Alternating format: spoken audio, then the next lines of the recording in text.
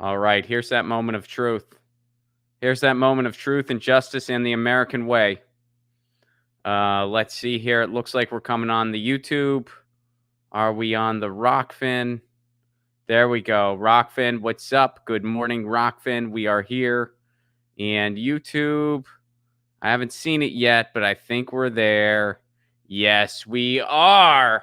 Oh, man. How about that? We're doing it. What's up, everybody? Good afternoon to all my East Coasters. Hope you're having a wonderful afternoon. My guest is on the East Coast, I'm pretty sure. Good morning to all my West Coasters. Did you have your coffee?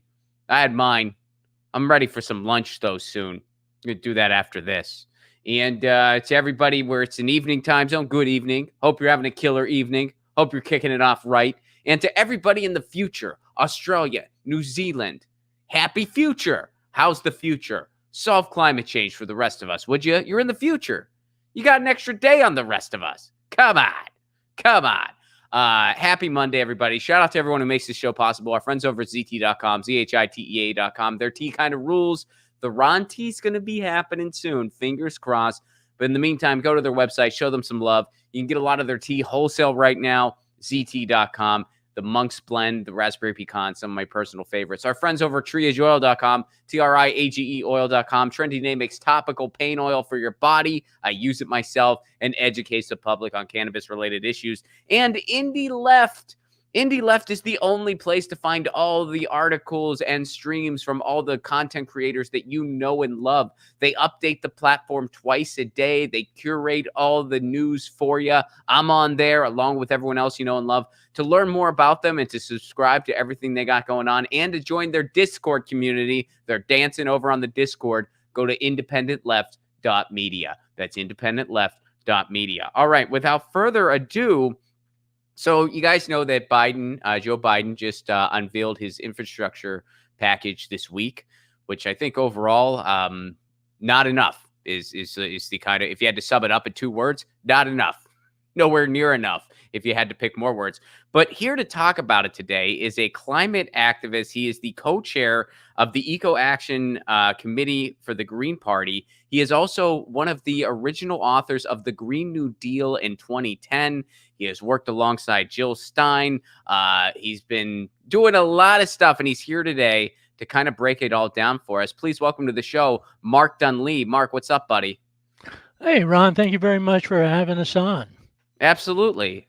So let's get right to it because, this is your area of expertise and we're here to talk about the infrastructure package.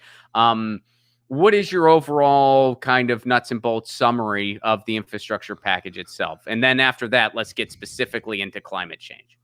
Well, I think you summed it up in general. It's not enough. It's certainly a step, in the right direction. The reality is, given that the Senate is a 50-50 split and the Democrats only have a small majority in the House, it's really unlikely that a lot of really progressive legislation is going to pass in the next 2 years. And so the budget process is really where you're going to see them, do things that reflects their biggest values. And we had met with Senator Schumer. He's our, senator from New York, also Senate Majority Leader, of course, on behalf of 350 NYC. And, he said basically COVID relief, punishing Trump for January 6th, and then climate change, was his 3 big priorities.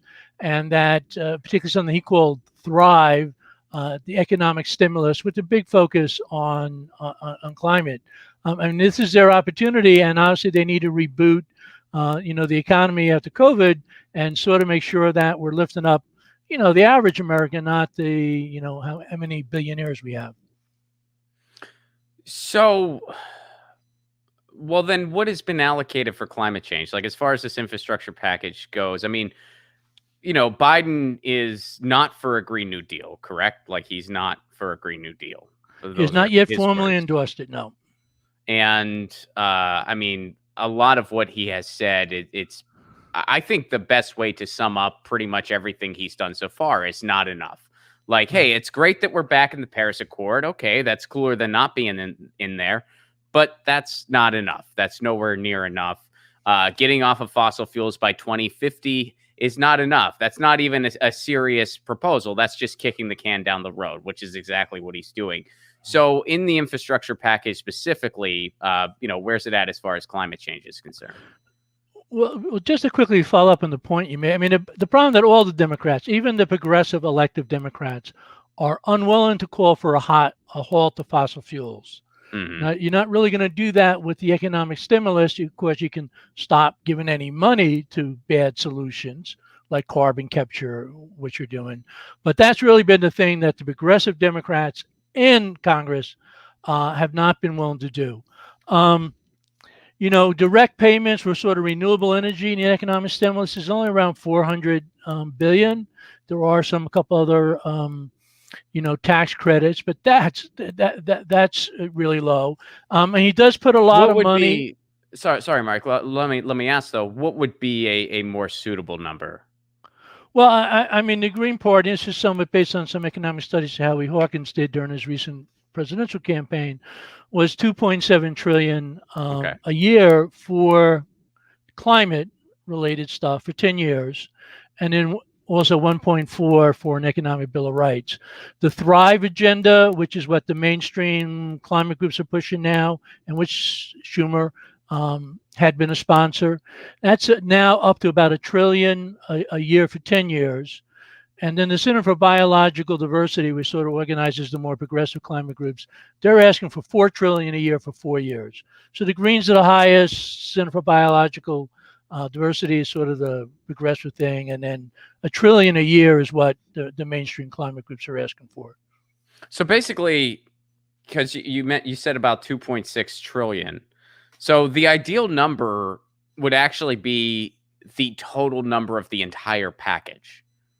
Because the entire package is, I mean, correct me if I'm wrong, but the entire package is about 2.5 trillion that he's proposing. So ideally, we would have all that. Years.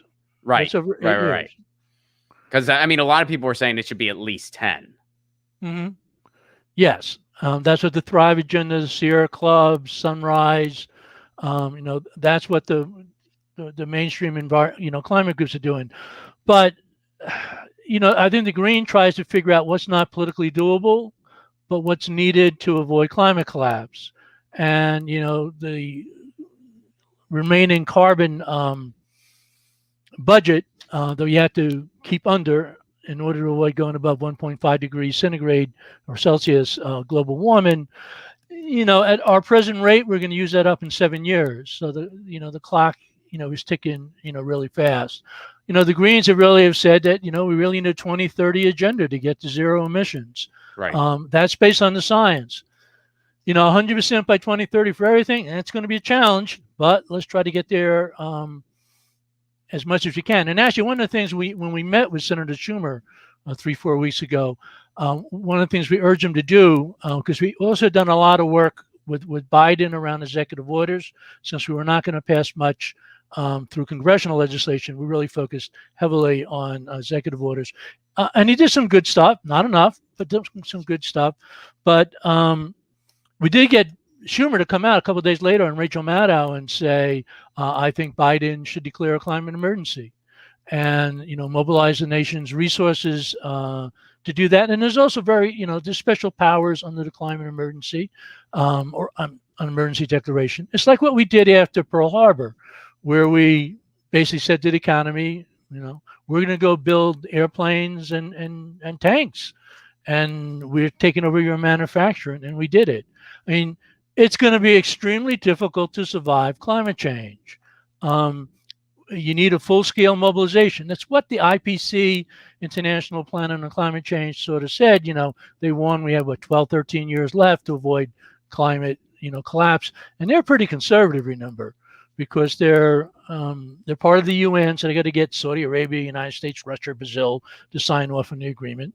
And scientists are kind of conservative by nature. They require a certain level of proof, and especially in terms of interconnection. So they tend to be on the cautious side in terms of their pronouncement. So when they're warning us this 12, 13 years, we think it's probably closer to 5, 6, 7 years. Well, and when they say that, do they mean that the climate is going to collapse itself in 5 years, or do they mean that we're basically just we're at a point of no return, like it's going to slowly collapse if we don't do anything within 5 years?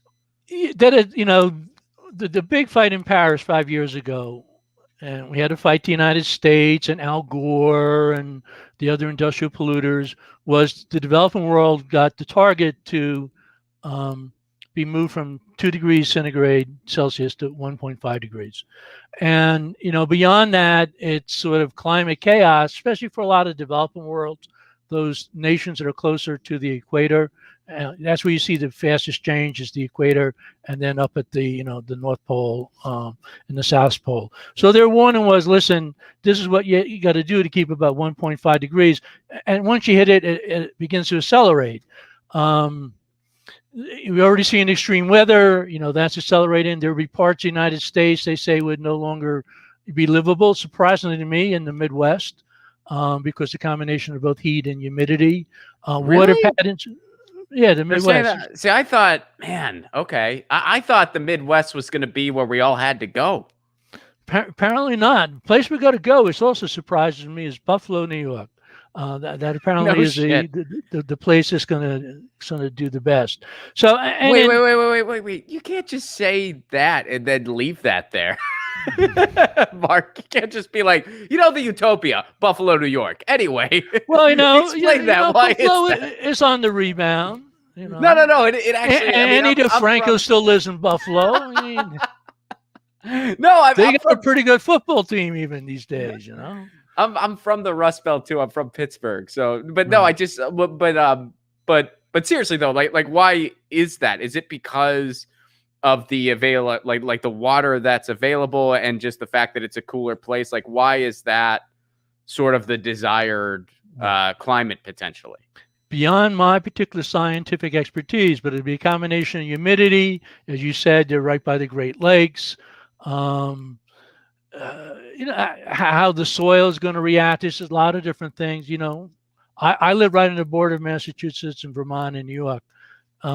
So actually, Massachusetts and Vermont can be one of the worst places going to be hit. By climate. It's already It's already warming up faster, than the rest of the United States. So, things change. But in any case, if you go over 1.5 degrees, things begin to become much more difficult. And then the social supply lines begin to break down. I was in New York City for Hurricane Sandy, which initially I did not think was that bad of a storm. I was living in Brooklyn and, a lot of tree limbs down, but it's only as you began to look, along the coast that you saw the massive damage and the flooding. But you begin to realize how fragile communities really are. And every time one of these cities take a punch, like New York City or New Orleans, it becomes harder and harder to sort of put them back. And that's what's going to happen as these extreme weather patterns become more extreme. More and more of these cities or communities will not rebound from a storm. And then that also is going to contribute to tremendous climate migration, which we're already seeing as part of the problem we're having along the border in southern United States. Is not only people fleeing from that little coup d'etat that Secretary Clinton helped orchestrate, I believe, in Honduras, but just also the tremendous climate change going on in places like Guatemala. People are just fleeing to try to find food. Syria. And they never say that. They never point out that part, that a lot of these are climate refugees. They never mention that, do they? Well, I mean, Syria was largely a climate, crisis. It really engulfed, Europe. Obviously, they have a civil society that was already collapsing and tremendous problems. But then you put this historic 5-year drought on top of that, social decay, and then all these farmers and others are moving from the more farm and rural areas into the city because the food supply has disappeared, and that just is a mass thrown into a tinderbox and things light up, and that accelerates the civil conflict and the wars, and then people have to flee. But a lot of the we're going to just see more and more of that, and things just become more and more difficult. We have two ways to go. Do we create these biospheres for the rich, and they manage to survive at tremendous cost, and the rest of us, or we try to do some type of cooperative, everybody in the same boat, which is what you hope that's a lesson you got from COVID. You know, you got to really try to help everybody, and not worry about just me, and certainly not just worry about the rich. Didn't COVID really? I mean, you're talking about how we're realizing how fragile things are. I mean, didn't COVID just really show the world how fragile everything is? But especially here in the United States. I mean, we just I think we saw firsthand just how fragile our society is and how we're just in this late stage capitalism where Right, everything is just being hung like it. We're hanging by a thread all the right, time. Any type of disruption, like we can't handle it, and it's this is clearly not the way we should have a society. Like right. it's just not. Like we have to completely do something different. Right. At some point, we'll get back to the Biden green economic stimulus. But yes, the capitalism is, late society collapse, and that's just going to make things more difficult. But I think one thing COVID did was it showed the world how quickly things could possibly change. The amount of Mhm. lifestyle changes we went through in a year, I've hardly been out of my house in a year. I buy food, grocery store comes out to me, type of thing. My wife, who's a professor, teaches everything, sort of online. I lobby online. The whole world has changed quite considerably. So yes, we understand how fragile society is. Hopefully we understand how the world is so interconnected, and that we need to be in it together. But the numbers we threw out, even with the COVID economic stimulus, which were not adequate, still just tremendously increased what was the realm of possibility politically that could be done. The fact that we're sitting here seriously saying, $2.3 trillion economic stimulus is just inadequate to the situation. Mhm. And the Washington Post or the New York Times, will take that, seriously. Just shows how much the world has changed. But it's an opportunity, that we have this moment where the world has changed. People understand the problem. More people understand climate change is going to occur. There's political consensus we're going to do it. And what we can't afford is doing band-aids and greenwashing and wasting money on things that the corporate lobby is. If we have, you mentioned the collapse of capitalism, or the need to collapse capitalism, but if we have the hedge funds running the transition to renewable energy, we're sunk. And I Right. always say, even the Pope Francis, month in office, writes his his climate encyclical, and he understands interconnection of the issues, that the mentality allows the humans to exploit the environment is the same mentality that allows whites to exploit black, men to exploit women, the rich to exploit the power, the weak. It's all interconnected. We all have to save it together. So this, $2.3 trillion, a lot of it's for good things like, transportation, particularly a lot of money for electric cars, some money, a fair amount of money for housing. We got great energy retrofit. 1 million houses a year. That's great. On that timeline, only need 100 years to complete the process. It's just sort of not up, to scale. A lot of the renewable stuff is on tax credits, which doesn't really help a lot of low and moderate income people. Nothing on agriculture. That's one thing the United States is particularly overlooked, is both the impact of agriculture in driving climate change, but also how we're going to have to redesign our agriculture system to be more sustainable, so we can, grow enough to feed one another. So well, let's get into the green stimulus then. You mentioned that. So what exactly is going on there in the infrastructure package? Well, as I said, there's a lot of stuff on transportation, which is good. And actually, to Biden's credit, he's an Amtrak fan. Yeah. More for mass transit than highways and bridges. So that's unusual, type of thing. Senator Schumer is really into electric cars. So it's a lot of money for electric cars, but I think it was 279. I can't say the exact amount, but he basically wants all new cars in the United States, this is Schumer, to be electric by 2030, which is Hmm. actually a faster timeline than most of the environmental groups talk about. They tend to talk about by 2035. He wants to give us money so that we'll trade in our fossil fuel car and buy an electric car. So that's good.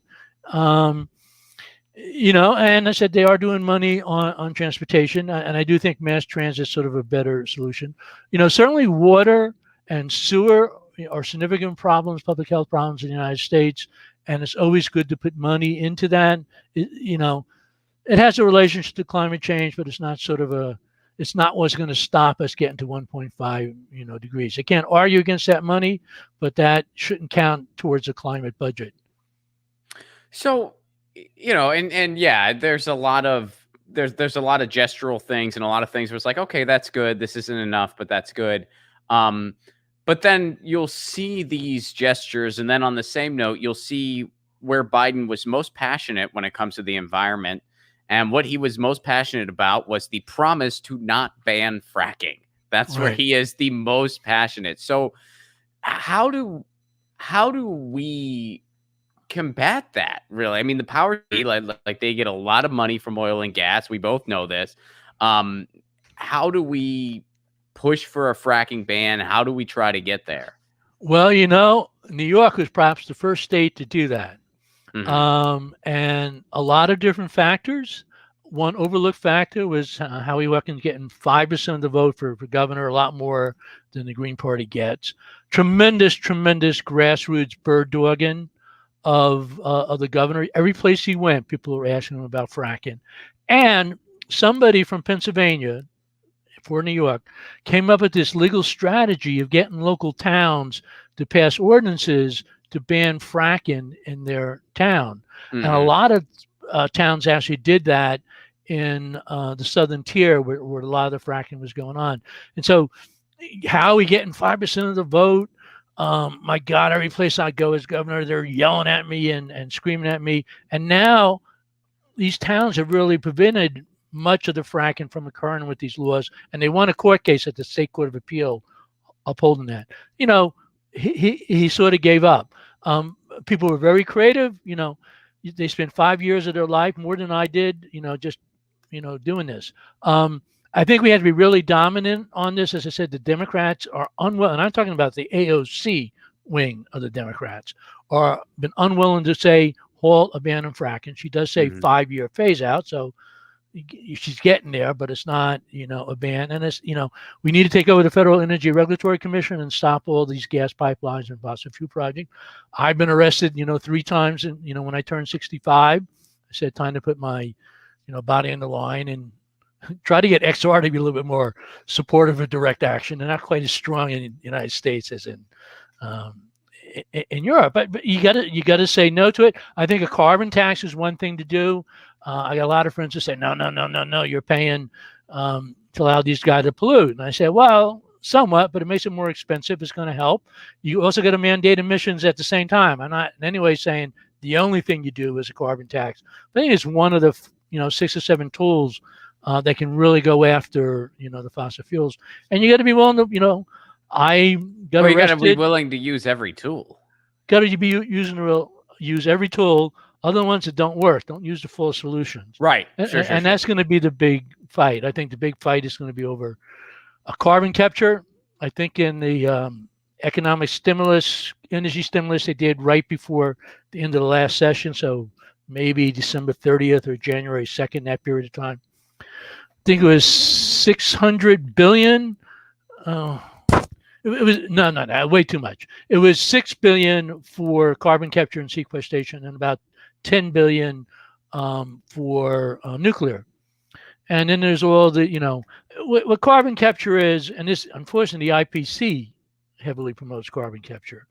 Hey, if you want to change your agricultural practices and do regenerative agriculture and put the carbon back in the soil, that's fine. You want to change your pasture, that's fine. But the idea we're going to pay these fossil fuel companies to figure out, well, we're still going to go burn our stuff, but we're going to capture it and use it for something else. It's corporate welfare at its worst. I mean, they've already spent tens of billions of dollars on research. Nothing's been doable at scale. it's the lobbyists are there with their hands out, asking for more money. And Pete, there's a lot of money going to be spent on trying to save the planet from climate catastrophe, and we got to make sure it isn't just going into the pockets of the billionaires. Well, let's talk about a few more just broader big picture things then. If I'm being totally honest, I have very little to no confidence in the United States to lead on climate change. I just don't. I don't see it happening, Right. and I hope I'm proven wrong. I desperately want to be proven wrong, but I think that the one thing to keep in mind is that climate change is a worldwide problem, so we're trying to solve it as one world. So I do have a little more hope that other parts in the world are going to lead, and the United States will just be drug along, kicking and screaming. Do you agree with that, or do you think like that's a possibility? And if so, who do you see leading? Um, the Green Party. People forget the Green Party is the largest political party in the world, unless you count all the membership in the Communist China Party. Um, and so one of the things I'm working on these days is COP26, called the Last Chance COP, basically follow up to Paris, going to take place in Glasgow in November. And delegates from all over the world, official country delegates. The Green Party will be there. The Green Party will have quite a few votes. And this is worldwide. Worldwide. I'm trying to do a forum before Biden's Earth Day summit, and one of the things I'm trying to do is get the cabinet ministers who are the head of their country on environment, like Secretary of the Environment, who are Green Party members. There's about 4 of them, to come speak at that. I used to have this game. Anytime I would see a country do something unusual or good on climate, I would go Google the Green Party. And almost invariably, the Green Party was part of the coalition government. And that usually the Greens had said, we will allow you to do what you want on the economy within reason and stuff like that. That will be yours. We're taking climate. We want this. This is what you do. And the Green Party has been certain. Green Party may become the new, what do they call the head of the German government? Right now they're in second place with a lot of votes, but there'll be a coalition government. And apparently, whoever's the head of the Green Party there is very politically popular, and so they, chancellor, I believe, is the title. Will become the chancellor. It's not guaranteed, but the Green Party has been doubling its votes in the last couple of years, particularly in Europe, but other parts of the world, because people in the rest of the world, which is why you're right, the United States is not going to lead.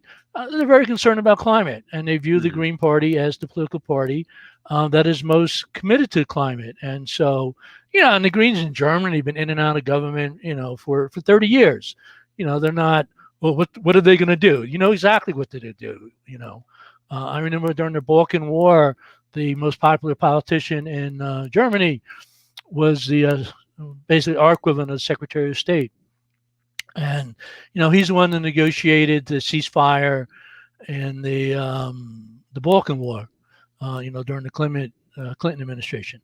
We thought he should have been faster about it, but it was very, very nice instead of me trying to send emails to Bush or Clinton, sending emails to the German Green Party and say, "Come on, you got to do it." Is very helpful. But the European Green, not the European Greens, yes, European Greens, but European political parties in general are so much more progressive than the Democrats are. Democrats would be a far right party in any of the European countries. Yes, thank you. We talk about that a lot on this show. I actually would make the case.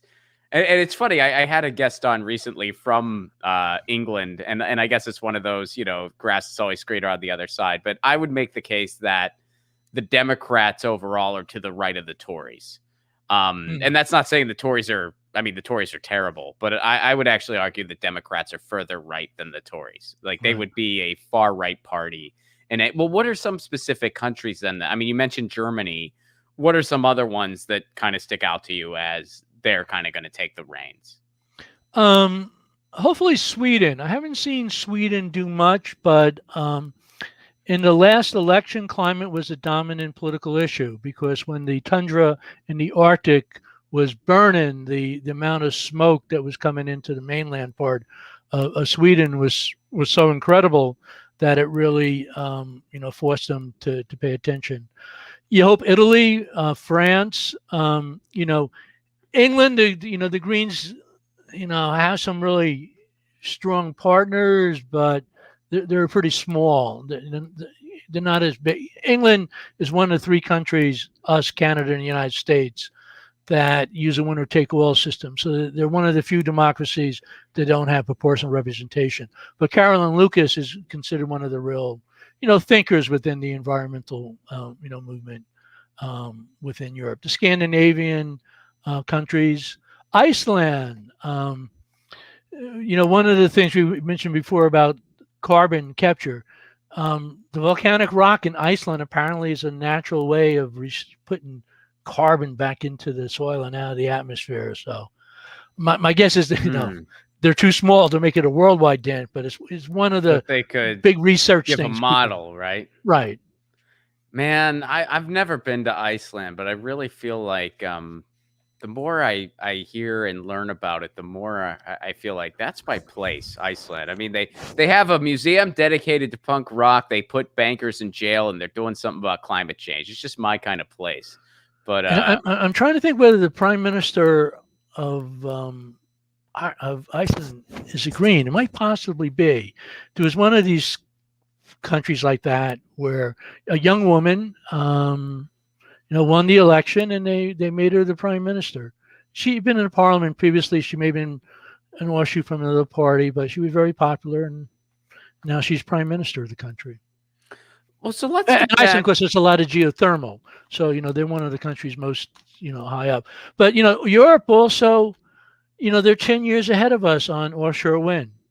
China, there's a lot of problems with China.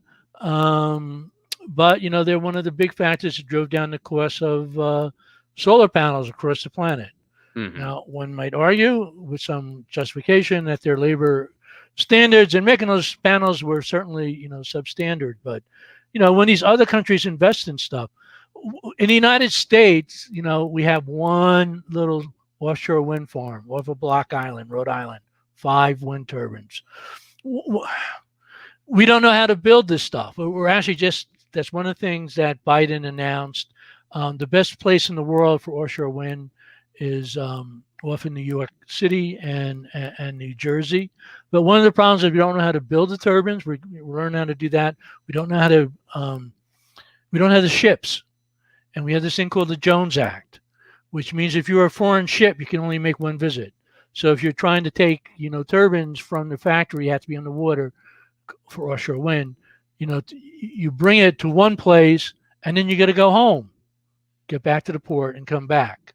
It's one of the reasons Puerto Rico has so much problems, because they unfortunately are subjected to the Jones Act as well. So all their imports are far more expensive, because of that. But they're so far ahead on offshore wind. We're going to use in fact, many of the companies like in New York that are building the offshore wind now are from Europe.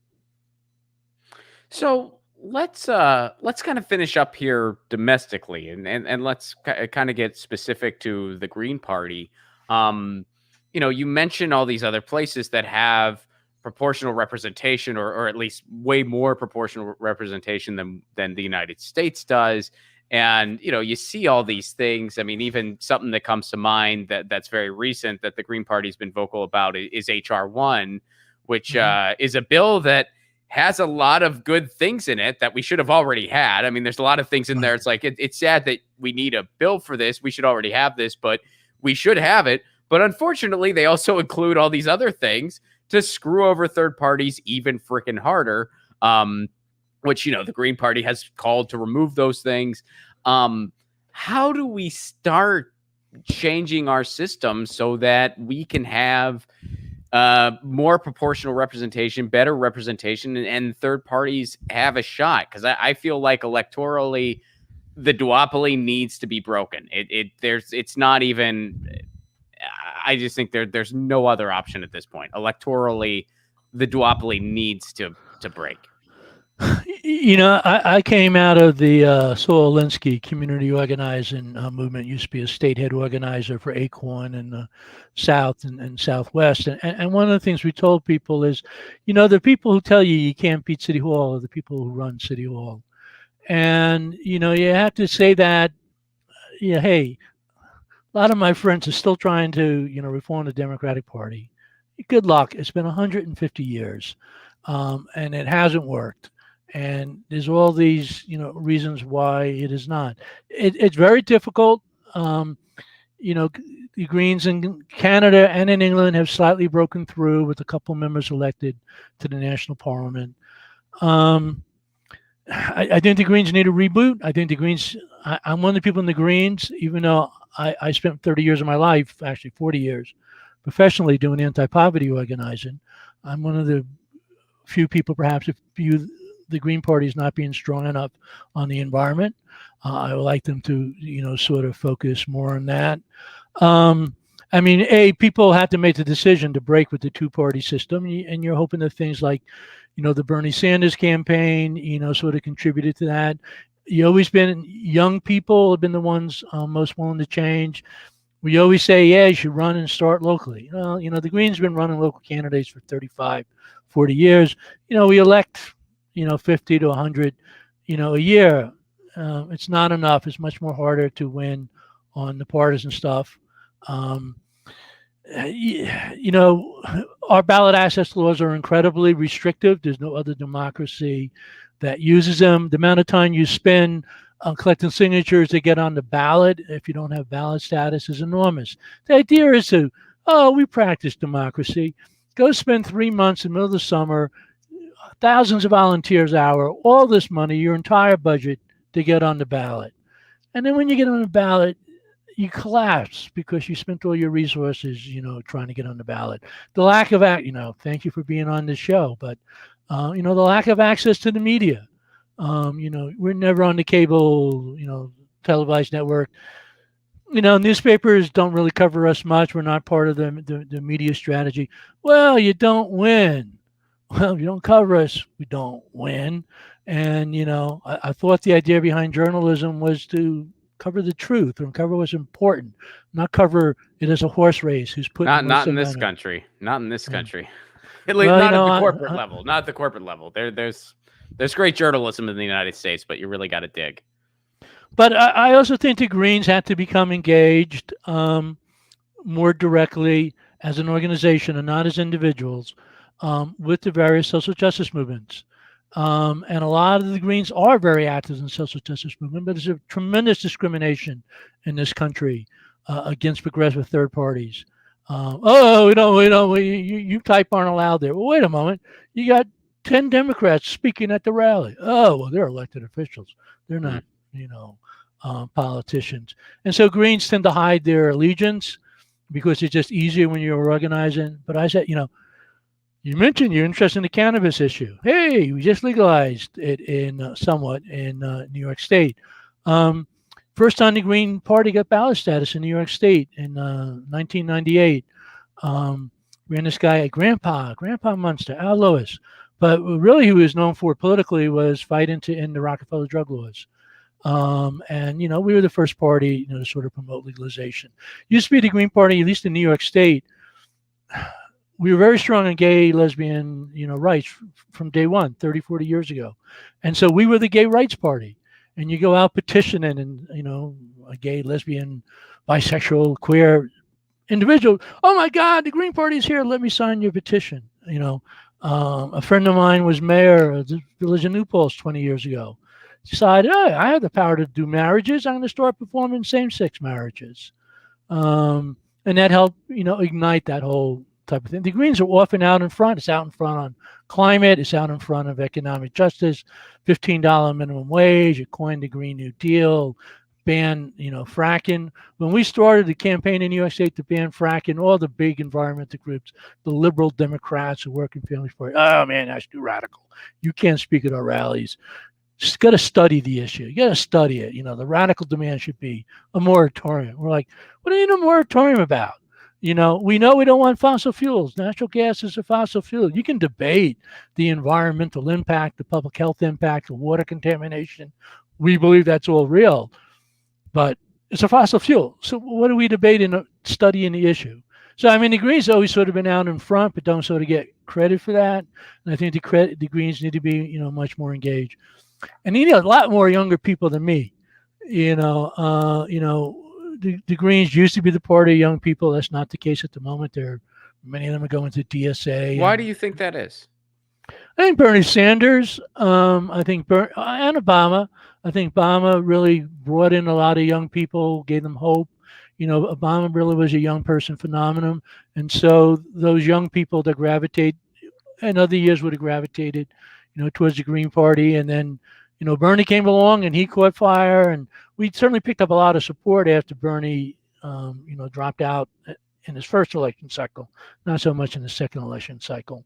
So, I mean, I think there's been this, 16-year period where you've had a couple of, good, articulate, liberal to progressive on Bernie's side, Democrats who attracted a lot of the young people. I mean, we got to be more relevant. I was attracted as a young person, to the Green Party because it's the anti-party, and it combined demonstrations and direct action and acted up when they were in Parliament and got thrown out of Parliament and, didn't behave. That's what attracted me, and I think the Greens need to do more of that type of stuff. But it's hard. And a lot of the Green Party stalwarts have been doing it for decades. They focus on ballot access, and that's what they've mastered. And the Green Party deserves credit, in my opinion. All these other third parties with so much more money, so much more support, the Labor Party, the New Party, the whatever they call the now political party, they've all faded away. The Green Party continues, but it focuses too much. It gets drained by the problem of trying to do ballot access. It needs new energy. It needs new people. Well, one of the things. When are you going to run for office as a Green Party candidate? Never. I mean, I applaud people that do it, but I'm not meant for that side of the fence. I'm just not. I wouldn't make a good elected official. It's a personal growth situation. Everybody should do it once in their life. I know a lot of people who have said to me, and I could tell they were being 100% serious. They looked me in the eye and they said it was the worst experience of my life running for office. And I can see why. I've never done it, but I can totally see why. And if I ever did run for office, which I highly, highly doubt I ever will, but I guess never say never, I'd want to do local. I'd want to be on city council or something. I feel like that's just a better... Right. I feel like that would be where I'd be the most effective. Well, I was elected to my town board in a very rural conservative community. I ran as a Green in New York. You're allowed to run more than one line. So after I was on the ballot as a Green, the Democrats came and said, we're outnumbered 3-1. Will you take our line? Will you run our whole campaign for us? Whatever you want, it's your platform, do it. And we had 95% of the registered voters voted, which I think is sort of a record. 1,600 people out of a town of 1,800, and we won. And I said, I'm very cynical about electoral politics until I got elected. And then I became far more cynical. Ha! Of course. It was the fact that the Democrats had cross-endorsed me, They, they were trying to get our team. They didn't lobby me directly, but basically you sell out your platform that you just ran on it. You won in a town, which was 3-1, the other party, you won. Well, you sell them out because the gravel company, which you all been fighting, gave the party a campaign contribution. Well, how much they give us? How much? $500. So you wanted to sell out. Don't spend it all in one place, Mark. We had our houses shot out during the campaign. We had threats of violence, and you want us to go back on our principles. I went to the first meeting and said, I am not a Democrat. I am a Green. And all the Democrats yelled at me, no, you're a Democrat, because you get more votes in the Democratic line. By the third meeting, they were all screaming, you're a Green. I said, I told you. One of the things I didn't hear you mention was ranked choice voting, and I know that's a big issue for the Greens right now. So where are you on that? Are you happy about that campaign, or where do you see potential there? I like ranked choice voting. It's not as good, obviously, as proportional representation, but it does get rid of the lesser of two evil. Hey, I really agree with your platform. And I admit the Democrats sort of this corporate shrill, but Right. the Republican sucks. So I'm Mm. going to have to go vote for the Democrat. But if you can say, well, you can vote for me, choice, or the Green Party, choice one, and the Democrat choice two, and not even vote for number three, that makes it easier. But, we had a woman, Lisa Savage, run in Maine for United States Senate, and they have ranked choice voting. Very good candidate, an old, eco peace activist, Yeah, I teacher. like Lisa a lot. Yeah, she was uh, on this show. but, it didn't help get her that much more, a vote. But a friend of mine who's now one of the big wigs in the New York State Senate. But it did get her opportunities, though, that I don't think. I mean, yeah, I was definitely disappointed by those results, as I think we Yeah, all were, and I was surprised because I thought Lisa was an excellent candidate. right. But I do think that she got opportunities that they would have excluded her from otherwise. I mean, she got press that I think she wouldn't have gotten otherwise. She got debate opportunities I Right. don't think she would have gotten otherwise. So I think there were still, and I'm not trying to be overly optimistic, but I think there were still some reasons to be like, okay, this is going in the right direction. Right.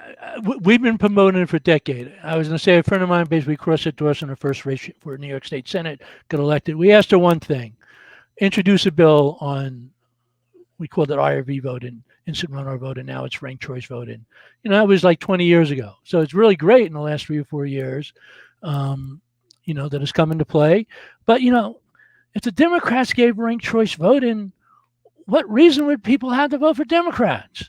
Right. They need the fear of the lesser of two evil to drive their base to the polls. So, Maine, they did it by referendum. The politicians said, no, you can't do that. They did Right. it again. They tried to say no again. I guess the court said, come on. Oh, they're Can't. gonna fight it because it's Right. Democrats are only able to be as ineffective as they are because of how gruesome Republicans are. And Republicans are only able to be as gruesome as they are because of how ineffective Democrats are. And that's bipartisanship, baby. They Right. need each other. I really want to be shitty and you help me be shitty. Well, you help me be shitty. And Right. and that's how they're simpatico. That is how they're simpatico. And you mentioned HR1, which basically is designed to kill third parties, at least from participating in federal political parties. I was actually the campaign treasurer of the first third party candidate ever to qualify for federal primary matching funds. 1984, Citizens Party, remember the name? No. Sonia Johnson. She had been excommunicated from the Mormon Church for supporting the Equal Rights Amendment. That made her a big star. She Okay. almost defeated Eleanor Smeal for presidency of now. And then somebody said, well, no, what do you do now? Well, run for, in any case, we qualify for federal primary matching funds.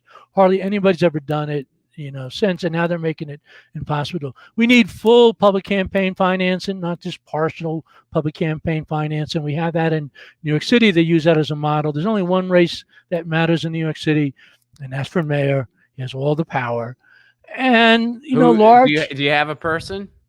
Is there someone you're supporting? Not so far in this year. We've lost ballot status in New York because Okay. once the Democrats got power in New York, they could kill us. And we're in court, libertarians in court, working families parties in court. But we do not have a candidate. But do you know Reverend Billy at all? No. He's a performance artist, initially from San Francisco, been in New York City. In any case, he's a well-known performance activist artist. We ran him for mayor in New York City about 8 years ago.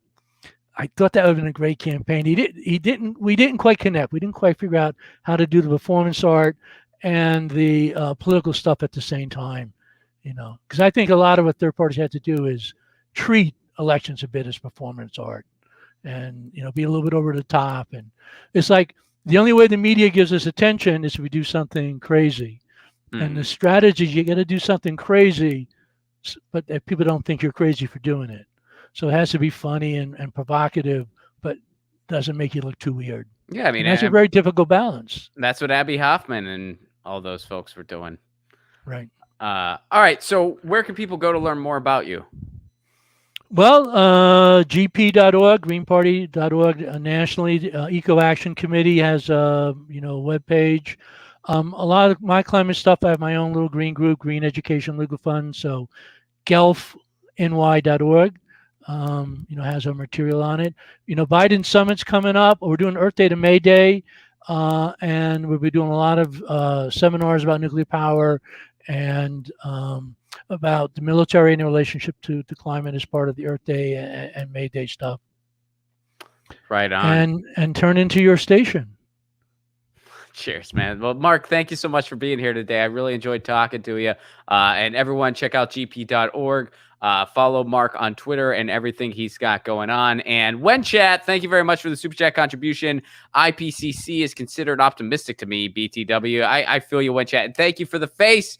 I always appreciate it. Progressive Politics, thank you for the super chat contribution. You say GitHub released the the sequence of vaccines. I don't understand what that means, but thank you very much for the super chat contribution. I do appreciate it. So thank you, WinChat. Thank you, Progressive Politics. Everybody, gp.org. Check out Mark's stuff.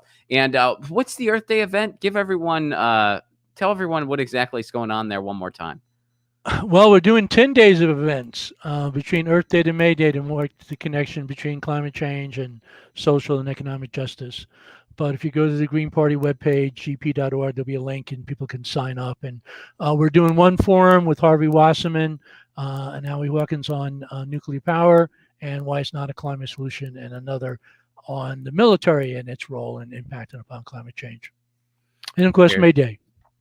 And Earth Day is, President Biden is going to release the United States commitments under Paris. And, we'd like him to commit to 100% zero carbon by 2030. The big groups are saying a 50% reduction in emissions by 2030.